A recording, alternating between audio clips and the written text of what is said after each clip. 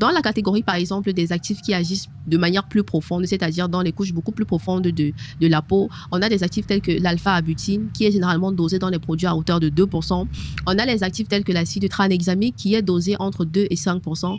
On a la vitamine C ou bien l'acide ascorbique, qui est justement dosé vraiment à hauteur de 10%, très souvent dans les produits. Donc là, ce sont principalement des actifs qui vont agir de manière plus profonde, qui vont intervenir vraiment dans la mélanogénèse au niveau des mélanocytes ou bien au niveau de l'enzyme qu'on appelle la tyrosinase. Ensuite, on a les actifs qui vont agir de manière un peu plus superficielle, vraiment au niveau moyen, entre la couche profonde et l'épiderme. Ici, on a quoi? On a la vitamine B3. Donc, elle agit justement au niveau du transfert des mélanines de la couche profonde à la couche superficielle. Donc, elle est au milieu. C'est pour ça qu'on combine très souvent des actifs anti-hyperpigmentants à la niacinamide, parce qu'elle intervient justement pour inhiber l'action, empêcher le transfert de la mélanine. Ensuite, on a les actifs qui vont agir de manière beaucoup plus superficielle, qui vont agir au niveau de la répartition des kératinocytes. On a par exemple les exfoliants.